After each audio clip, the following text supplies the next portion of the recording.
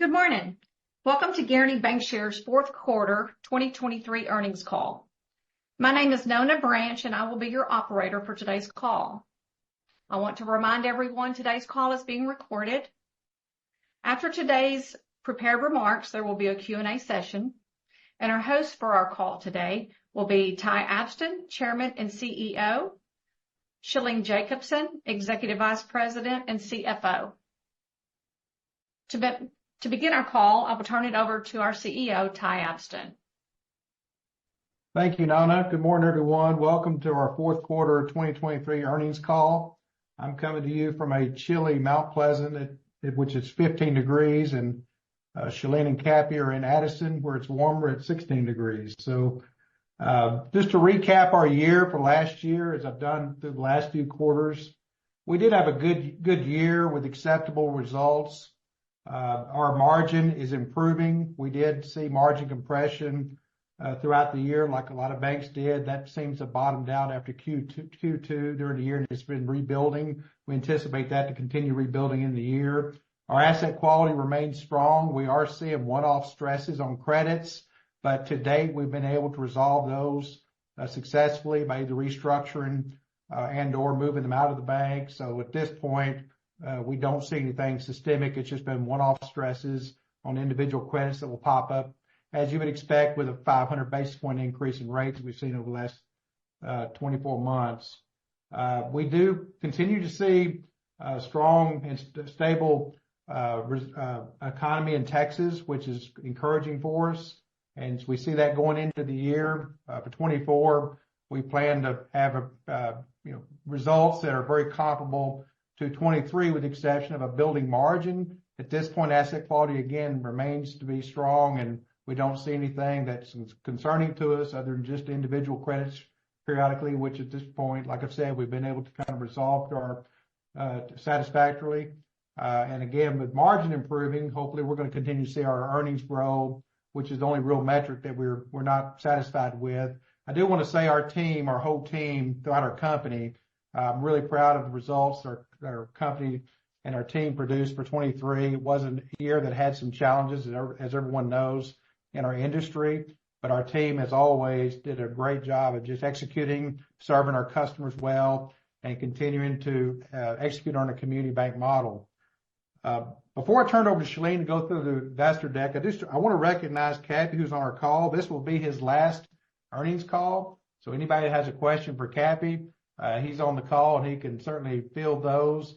Cappy's retiring, as everyone knows, at the end of this quarter. He's been with our company 40 years, and it's been an invaluable asset to our company. And as we've stated multiple times, we really appreciate his contribution and everything he's meant for our company.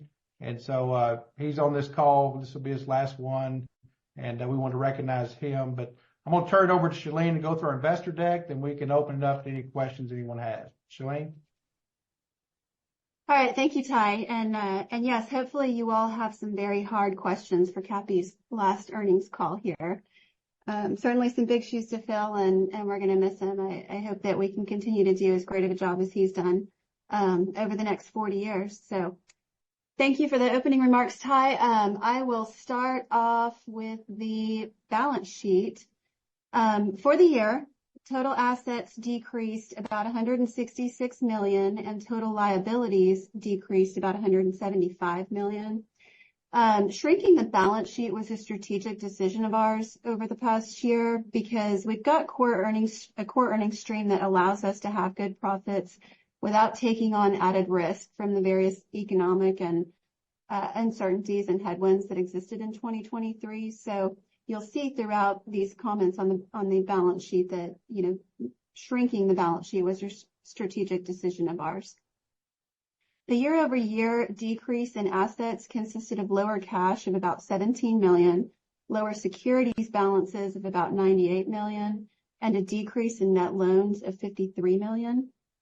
The asset decreases were used on the liability side of the balance sheet to pay down Federal Home Loan Bank advances by $150 million during the year, and a $48 million reduction in total deposits.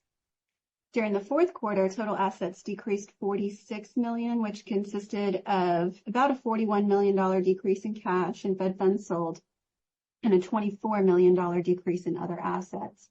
Now, the decrease in other assets was kind of just a one-time deal. We had a security mature on September 30th during the third quarter that we didn't receive the cash for until the first day of the fourth quarter. So we had a receivable recorded of $20 million that was a result of that matured security.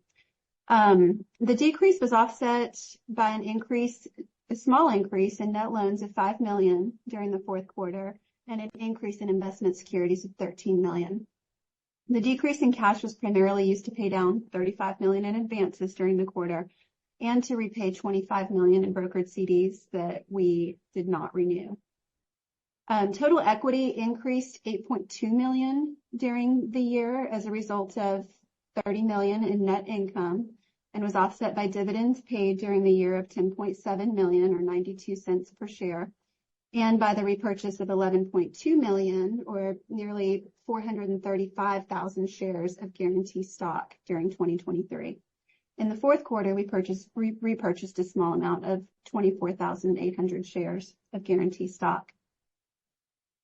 On the income statement side, the bank earned $5.9 million in net income during the fourth quarter and $30 million for the year, which equates to 51 cents per basic share in Q4 and $2.57 per share for the year. Our return on average assets was 0.73% for the quarter, compared to 0.78% in Q3 and 0.92% for the year. Our return on average equity was 7.93% for the quarter, compared to 8.43% in Q3 and 10.10% for the year. The decline in return on average equity is partially the result of improved AOCI during the quarter of $4.2 million, as the fair value of our available for sale securities improved. As Ty mentioned, our net interest margin was 3.11% in the fourth quarter, which is an increase from 3.02% in the third quarter, and we ended the year at 3.15%. The increase results from a 17 basis point improvement in our interest earning asset yields, which was offset by only an 8 basis point increase in interest bearing liabilities. So our NIM was certainly helped during the quarter by new and repricing loans. We had lower Federal Home Loan Bank balances and slower repricing of interest-bearing deposits during the quarter. We did have some shift, which I'll talk about in a minute, from non-interest-bearing to interest-bearing. So that was part of the increase. And then we continue to have some CDs reprice into higher costing CDs. Non-interest income was fairly in line with prior quarter, but continues to be lower than prior year, mostly due to lower mortgage-related gains on sales and fee income. And then on the non-interest expense side, I know some of you brought this up in the first look. Non-interest expense was $888,000 more in the fourth quarter, primarily due to higher salaries and employee benefits. Now, the press release attributed this to increase in annual salaries, which is correct, but we also recorded about $600,000 in contractual retirement obligation accruals during the fourth quarter after retirement announcements of some of our longtime bank executives. So I should have put that in the press release as well, but we also had a $600,000 retirement obligation accrual that we recorded in the fourth quarter. As we've mentioned on some of these calls in the past, we anticipate that non-interest expense will be about 2.5% of total assets, which is a threshold that we really try to stick with. So we're anticipating that total non-interest expense in 2024 will be similar to 2023, or about $83 million in total. On to our loan portfolio and credit quality. Gross loans increased slightly by $4.3 million in the fourth quarter, but decreased during the year by $56 million, primarily in our C&I and construction and development buckets, as we've been cautious about risk and we position our balance sheet for economic improvements and growth, hopefully sometime in 2024 or early 2025. We did originate about $89.6 million in new loans during the fourth quarter at an average rate of 8.61%. So new loan yields remain strong. Our non-performing assets continue to remain at historically low levels. They were at 0.18% of total assets during the quarter, compared to 0.09% in the prior quarter. And charge-offs also remain low. They were $222,000 during the quarter, and our net charge-off to average loan ratio was 0.04%. CRE and office-related loans continue to be a hot topic. However, we manage those concentrations very well. We have a diverse loan portfolio, and we don't have any significant concerns in those areas. CRE represents about 40% of our total loan portfolio, and of that 40%, only about 4.6% is office loan related, and those loans have an average loan balance of only $515,000. So they're, we have quite a few smaller office type loans. Non-accrual loans also remain low, but they did increase $2.7 million during the fourth quarter, primarily due to two loans, one of which is in the process of being paid off now, I believe this week, and the other with a balance of $1.1 million that we're continuing to work through. Those loans are well collateralized, and we really don't expect any significant losses at this time. Finally, our substandard loans decreased slightly during the fourth quarter and ended the year at $24.6 million. We did have one $3.8 million loan that was rated substandard that paid off during the fourth quarter, and we're continuing to work with those remaining borrowers towards positive resolutions. And again, we don't expect any kind of significant losses on those loans at this time as we continue to work through those. We did not have a provision for credit losses in the fourth quarter or for the year. The qualitative factor adjustments that we previously made in our CECL model back in the fourth quarter of 22, and we've made some small adjustments since then, are still relevant, and the decrease in our loan portfolio has allowed us not to need additional provisions during 2023. Our quarter-end ACL coverage is 1.33% of total loans. And then lastly, before we go into Q&A, I'll talk about deposits, liquidity, and capital. As I mentioned previously, our total deposits decreased $25 million during the quarter. The decrease resulted largely from the maturity of the $25 million in brokered CDs that I mentioned that were not renewed. But we also had some shift from non-interest-bearing to interest-bearing deposits. Non-interest-bearing deposits decreased $50.4 million, but were offset by an increase in interest-bearing deposits of $25.4 million.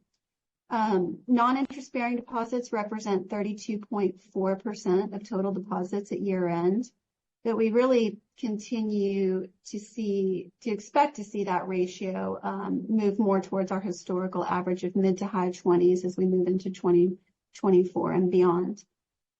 We also have $25 million remaining of brokered CDs that are going to mature in February.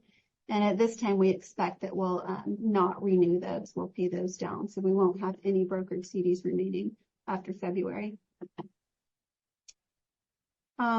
With respect to overall deposit risk, Guaranty has a very granular and historically stable core deposit base. At year end, we had nearly 88,000 deposit accounts with an average account balance of $30,000. Also, our uninsured deposits are relatively low, excluding public funds and Guaranty-owned accounts. Uninsured deposits were 25.07% of total deposits at quarter end. Our liquidity also remains good. We ended the quarter with a liquidity ratio of 12.2% and used some cash flows from matured securities to pay down Federal Home Loan Bank advances. Like I mentioned, we ended the year at $140 million, which was down from $290 million at the beginning of the year. We have total contingent liquidity available of about $1.2 billion from Federal Home Loan Bank advances, Federal Reserve Bank, and some correspondent Fed funds and revolving lines. Capital is also strong. We used some of our excess capital in the third quarter to continue to repurchase shares of Guaranty stock and add intrinsic value for our shareholders. We repurchased 24,800 shares during the quarter at an average price of $27.76 per share. And then with respect to the declines in the fair value of investment securities, we mentioned this last quarter as well, but even if we had to liquidate our entire portfolio, which we certainly don't expect to do at all, our total equity to average assets ratio will remain pretty good at 8.8%. That concludes our prepared remarks for today, so I'll turn it back over to Nona for some Q&A and hopefully some hard questions for Cappy. Thank you, Shalene. Okay, our first question today will be from Graham Dick with Piper Sandler.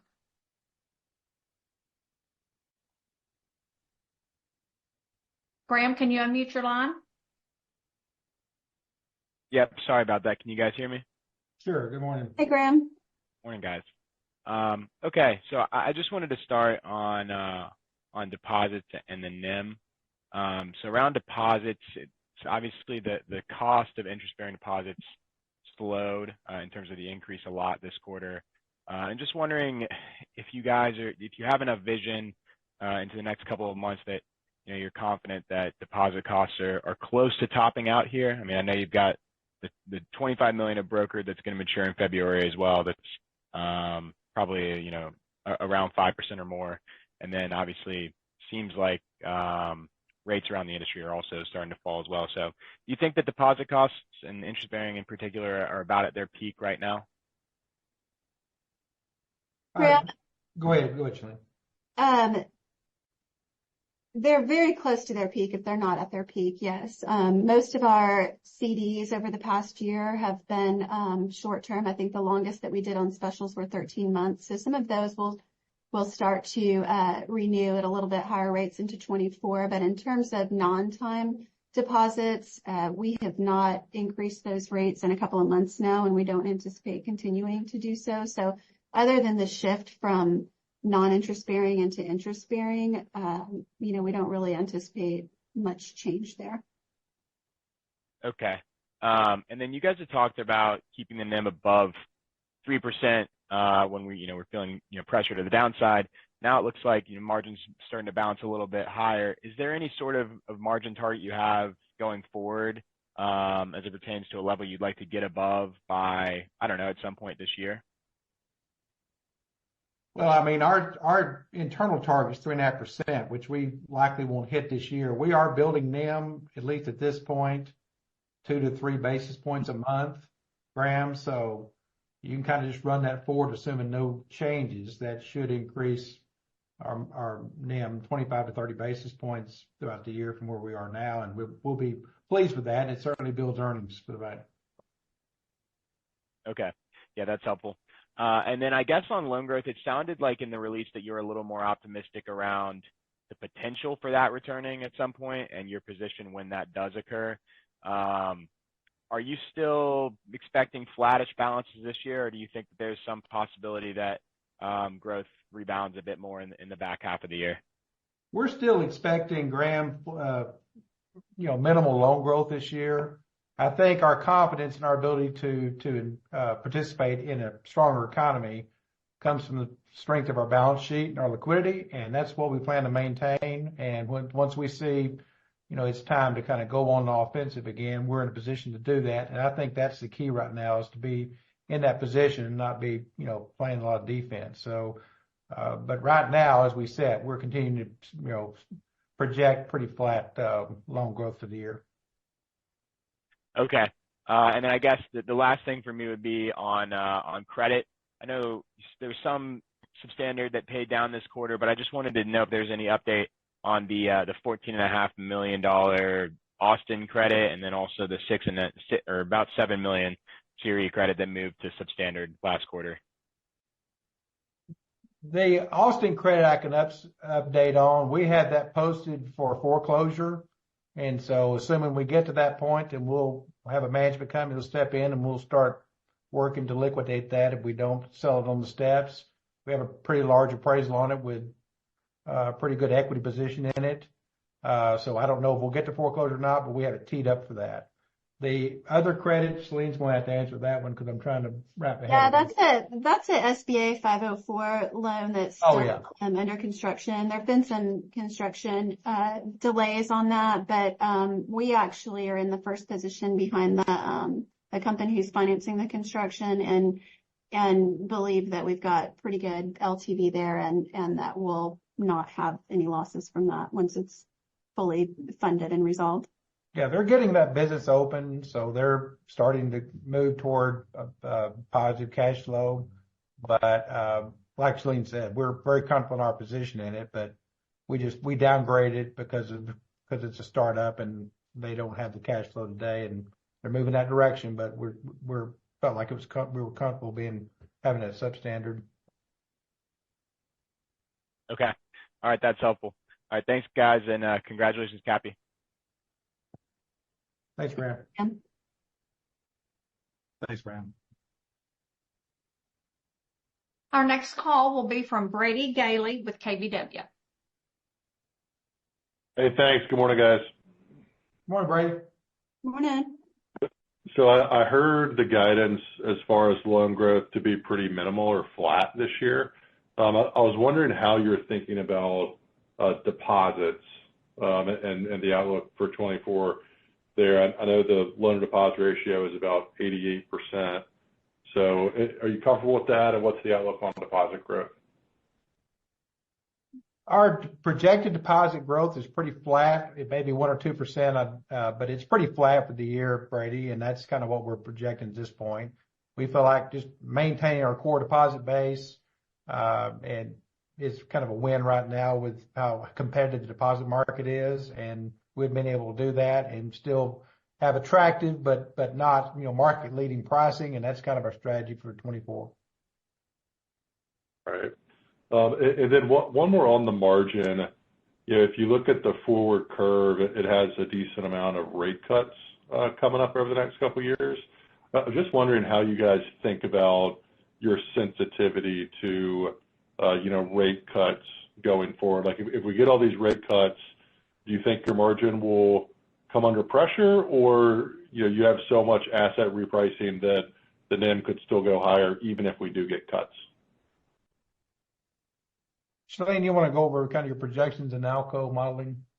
Sure. Yeah. So, in our budget, we went a little bit conservative back in December and only budgeted in 2 rate cuts during 2024, one in July and one in September. If those rate cuts occur as we expected, along with the repricing, which our model has our loan level and deposit level instruments built in within it, so it knows exactly when those are repricing. We'll still have positive NIM increases throughout 2024, Brady, at the bank level for sure.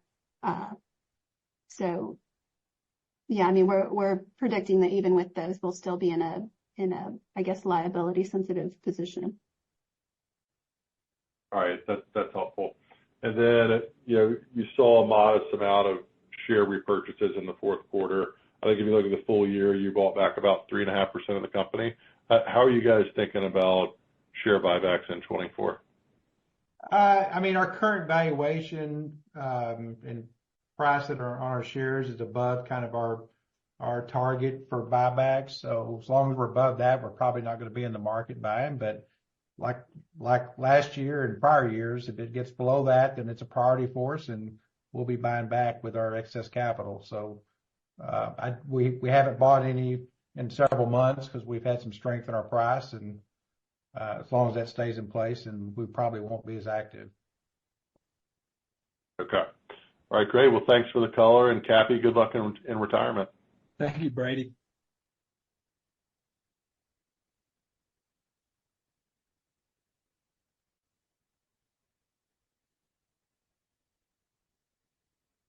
Nona, are you there? Matt? No, I guess you couldn't hear me. Our next question is from Matt Olney with Stephens. Hey, thanks. Good morning, guys. Good morning, Matt. Good morning. Good morning. I want to drill down on the loan yield commentary.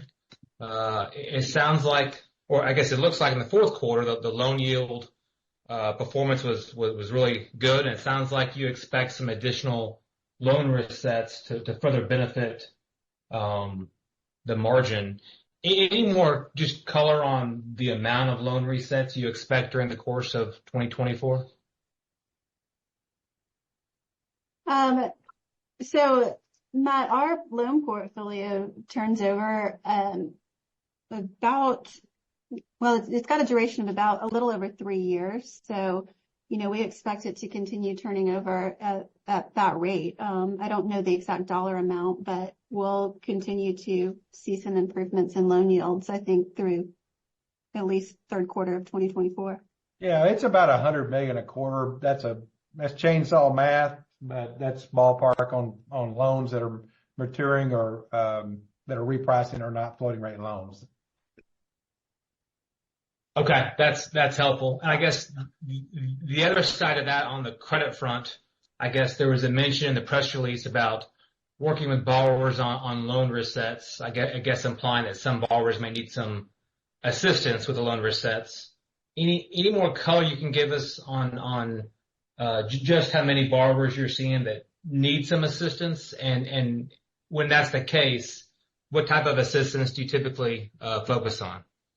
Well, we focus on, kind of the position of the credit, the strength of the credit, the borrowers, and, what type of issues that they're facing. If it's just a cash flow issue, then we try to address that cash flow side of it. But we're not seeing anything systemic in the portfolio. We are seeing one-off credits, as like I said in my opening comments, as you would expect. I think every bank's going to be dealing with that. If credit's repricing from 4% to 8%, that's a material change, and obviously the debt service for that credit. So we are seeing one-off stresses that we're addressing either through restructuring, additional collateral, additional guarantors, or moving the credit out of the bank if they have better opportunities outside the bank to refinance the credit. And we're working with them to get that done, and we're just addressing them one at a time as we see them. And there's probably 5 or 6 credits that we're dealing with at any given time and getting them resolved to our satisfaction and moving on. Main thing is we're keeping the decks clear as far as, any problem assets or foreclosed properties and just keeping our balance sheet strong. So if there's additional credits that come in, we have the capacity to deal with those and do it on our timeline. Okay, Ty, that's helpful. And then I guess kind of, circling back on that same topic, when you provide assistance, how often does that fall into the category of a loan modification if it stays within the bank? There's something else there that you're forgiving. Well, there's not. There may be a modification, but there's not forgiving. We haven't done any debt forgiveness at this point. But there may be a restructure, and we're again getting additional collateral, additional guarantors, or just restructuring a credit where the credit works and it's a passing grade credit in today's environment. And that's a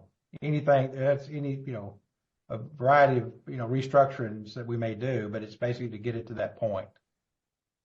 And Matt, to elaborate on that just a little bit, we have a process in place where if there are any material changes to terms, there's a material change form that needs to be filled out, and that gets captured in our system so that we can go through and evaluate whether the 4 criteria that are required to be disclosed around modifications are met. So if we do have those, you'll see those in our loan modification disclosures. Okay, yeah, that's helpful. Okay, that's all for me. Appreciate the color, and Cappy, congrats on the retirement and best wishes in the future. Thank you, Matt. Thanks, Matt. Our next question will be from Tim Mitchell with Raymond James. Hi, Tim. Hey, good morning, everyone. It's Tim and from Mike. Thanks for taking my questions.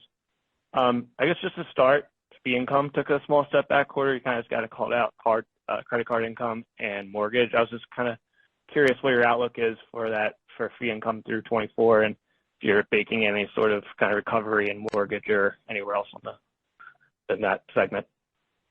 Tim, this is Ty. We're really not. We're kind of projecting, flat from 23 during 24. If there's opportunities to expand, certainly mortgage income, we will, but obviously that's market dependent. So just given lack of clarity on that, we projected pretty flat fee income for the year. Okay. And then just kind of within loan and deposit, kind of the competitive dynamics within your markets. Have you guys seen what trends are you seeing now? And then on the loan side, what are you seeing from demand? Are there any markets or kind of verticals that have any trends worth calling out? Not really, Tim. I think everything is pretty similar to like it's been the last few quarters. I mean, there's obviously economic activity going on, and again, Texas is continuing to be a pretty strong and stable market, but it is definitely muted from prior couple of years, just given the current rate environment. And so projects are getting put on hold, or they're getting restructured even on the front end with more equity, just to make them work in today's rate environment. And banks are being very prudent in how they're looking at new opportunities, as you would expect in the current environment. And again, the strategy from our standpoint is to maintain a strong balance sheet where we're positioned, where we can take advantage of an increase in uptick in economic activity as it develops. Awesome. Those are all the questions for me. Thanks for the time, guys. Thanks, Tim. Thanks, Tim. Thank you for your questions. I would like to remind everyone the recording for this call will be available by 1 p.m. today on our investor relations page at gnty.com. We thank you for attending, and this concludes our call. Have a good day.